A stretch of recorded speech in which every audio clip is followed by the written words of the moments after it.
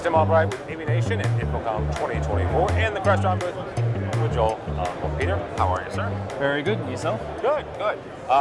So I was introduced to Crestron through Control, right? That was the first thing that got me. Yep.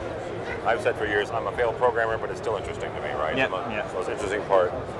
We're talking about something called Crestron Room Control, where you're taking Crestron Control and putting it on different devices. Talk about that for a second. Exactly, yeah. Crestron Control, obviously a very important part of what we do as a company, what we've been doing for a long time, which we believe we have a great control platform, that we have lots of dealers and lots of trained people out there using that platform to bring automation to spaces. And here we're talking about extending that beyond our Crestron Flex UC line up onto more platforms. So anyone that's running MTR on Windows and anyone that's running Zoom rooms, we can now put Crestron Control on that platform. So all that great goodness of the room, automating, doing things for you, working around your workflows, can really be added onto anywhere where those UC devices are running. All right, so from a decision standpoint, I'm a decision maker, I'm the specifier. Why would I choose to put it on another platform as opposed to buying either a virtual control or an actual control processor?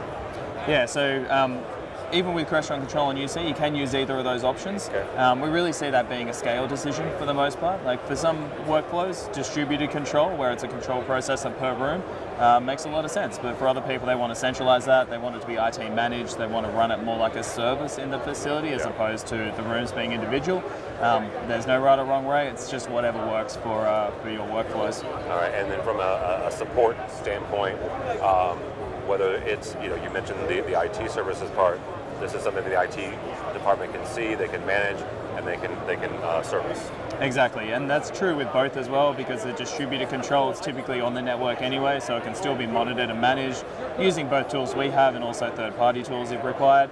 But when it's centralized, there's something about it living in a virtual machine, living in the IT stack, being a service that is probably more monitored, I guess, like you would monitor any other virtual machine or virtual service that's running by that IT group. That's actually a really good point, the fact that it's just something that the IT department can really kind of have a handle on as they're looking for more, honestly, visibility into what's on their network. Exactly, and spinning up rooms then becomes a standard process. If I need a new conference room, let's add a new license, spin up a room, procure the hardware that's needed to run in that room, so there's always hardware in the room, and then let that go from there. So. Very good.